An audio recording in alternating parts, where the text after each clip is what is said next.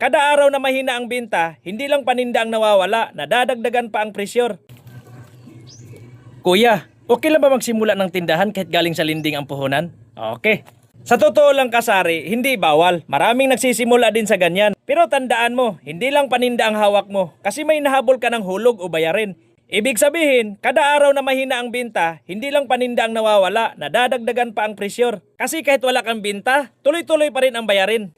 Ngayon kung sa tindahan mo kinukuha ang panghulog, siguraduhin mong umiikot ang paninda. Dapat may galaw araw-araw. Dapat may pumapasok kahit paano. At hanggat maliit ang puhunan, iwasan mo munang magpautang.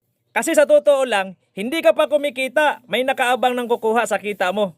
Kaya dapat double ang disiplina, kontrolado ang gasto, walang tapon. Kaya dahan-dahan lang kasari, ang mahalaga umaandar ang tindahan mo at hindi ka nalulunod sa utang. Muli, ako si Mr. Manglalakbay, ang simpleng taong may pangarap at araw-araw lumalaban para doon.